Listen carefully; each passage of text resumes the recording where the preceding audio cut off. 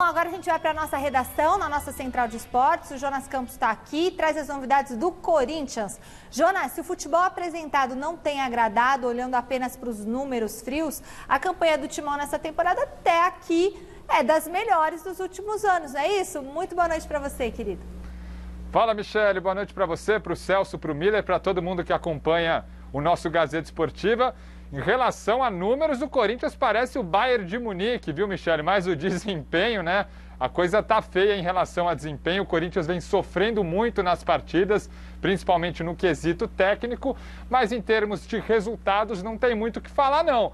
Vamos então já no embalo colocar uma primeira tela sobre os números do Corinthians na temporada 2021. Em 7 jogos, são 4 vitórias, 3 empates, 10 gols marcados e apenas 4 gols sofridos. É o melhor início de temporada do Corinthians desde 2017, né? 2017 não conta, foi uma temporada que o Corinthians voou dentro de campo. Nos primeiros 7 jogos da temporada foram 6 vitórias e 1 derrota naquele ano. Mas o aproveitamento do Timão em 2021, né, na atual temporada, considerando 7 jogos, é superior em relação a anos anteriores. Em 2021, até esse momento, 7 jogos disputados, aproveitamento de 71,4%. 2020, por exemplo, 47,6%. 2019, menos de 40%. E 2018, 57,1%. Então, pelo menos em relação a números, a coisa tem fluído a favor do Corinthians de Wagner Mancini. Daqui a pouco eu volto para falar de situação financeira, Luan e também o Mancini falando sobre possíveis reforços, pelo menos o perfil de jogador que ele busca para esse Corinthians. Michele. Muito bem. Miller, os números do Corinthians aí te deixam animados? Você vê que o time deu um salto de qualidade? Depois eu passo essa pergunta também para o Celso. Olha, Michele, eu não vejo um salto de qualidade, eu vejo um salto bons de resultado, né? O Corinthians tem muito ainda para melhorar. O Mancini, todos sabemos que trabalha dentro das suas limitações, e são muitas as suas limitações, do time, estou dizendo. Então, acho que o Corinthians está longe de ser aquele Corinthians que o torcedor está esperando, até porque são os mesmos jogadores do ano passado, da temporada anterior. Então, o Mancini, essa vitória contra o Retrô, isso não é parâmetro para o Corinthians, né? Para a sequência da temporada. Acho que o Corinthians precisa melhorar bastante, precisa contratar com qualidade. Mas não vai contratar, né? Sabe aquele negócio, Michele? Time grande, tudo é grande. Eles arrumam recurso, dinheiro, não sei de onde, e contrata. A contratação a gente vai falar na segunda entrada, me avisa a voz da consciência. Mas Celso Cardoso, ontem, Miller, a gente mostrava aqui que a dívida do Corinthians é quase de 1 bilhão. 1 bilhão. E não vai contratar ninguém, Não vai contratar. E outra coisa, lembra quando a gente fez uma enquete aqui e foi perguntado, acho que o Corinthians e Mirassol, se os resultados eram competência, blá, blá, blá, e sorte. O Corinthians está com esses resultados, sorte. Para mim é sorte pura.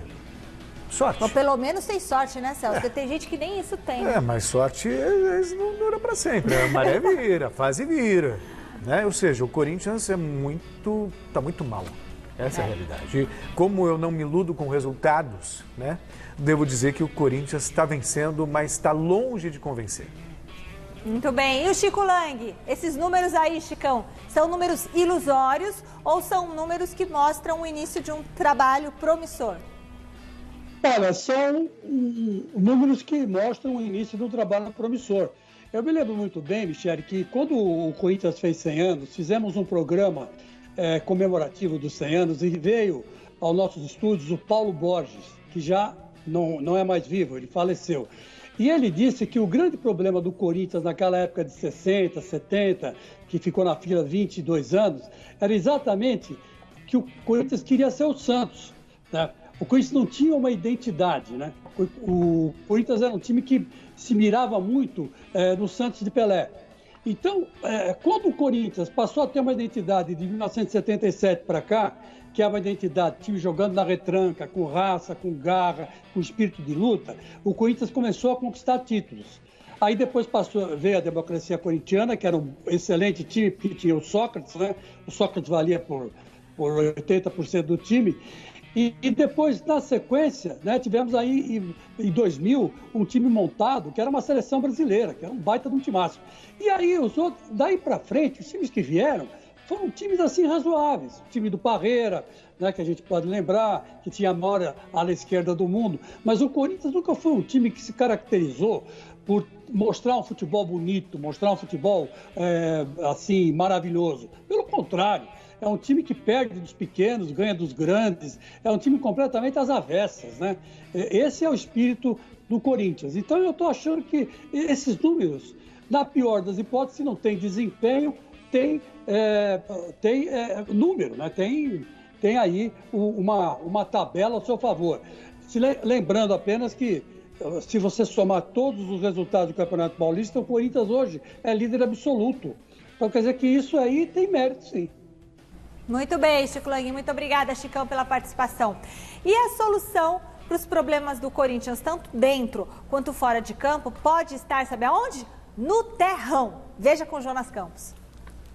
No endividado Corinthians, que deve quase R$1 bilhão, a base tem sido a principal alternativa para tentar qualificar o time sem precisar ir ao mercado. Uma solução teoricamente sensata, mas que exige cuidados com a garotada. Eu tenho que tratá-los com muito respeito, com muito carinho, porque são as promessas do Corinthians. Assim como nós temos hoje o Rodrigo já mais amadurecido.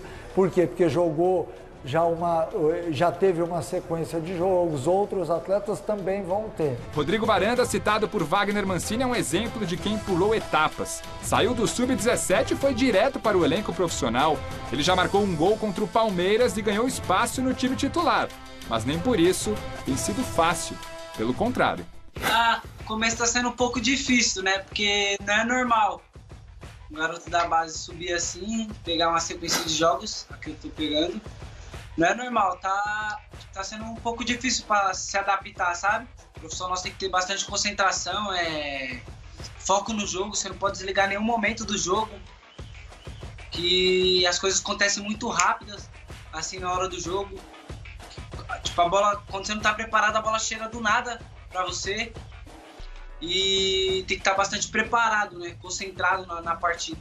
Força, intensidade, concentração. Mudanças de jogo facilitadas com o apoio dos mais experientes do grupo. Rola bastante conversa comigo, o Cássio, o Gil, os mais experientes, o Matheus Vital, Otero, Casares, todos ali. Varanda, de 18 anos, é cria do terrão e vem treinando no elenco profissional ao lado de outros garotos que, mais do que uma oportunidade, buscam ajudar o Corinthians a elevar o nível de um futebol ainda bem longe do ideal. A gente sabe que o ideal não é você ter todos os reforços vindos do terrão, mas é uma boa alternativa, Celso? É um caminho hoje, né? é o que tem. Assim, a gente está numa situação, e a Alemanha fez isso muito tempo lá atrás. Controlou os gastos com investimentos fora, valorizou a base. Tanto que a Alemanha depois montou uma base que disputou a Copa de 2006, 2010, para ser campeã em 2014. Verdade. Sabe? Então você tem que, em primeiro lugar, o dirigente tem que ser honesto com o torcedor. A gente vai fazer um investimento de médio e longo prazo. Não esperem título esse ano, ano que vem. A gente vai fazer um trabalho para ser campeão daqui 3, 4 anos. A gente vai apostar na garotada e seguir essa linha.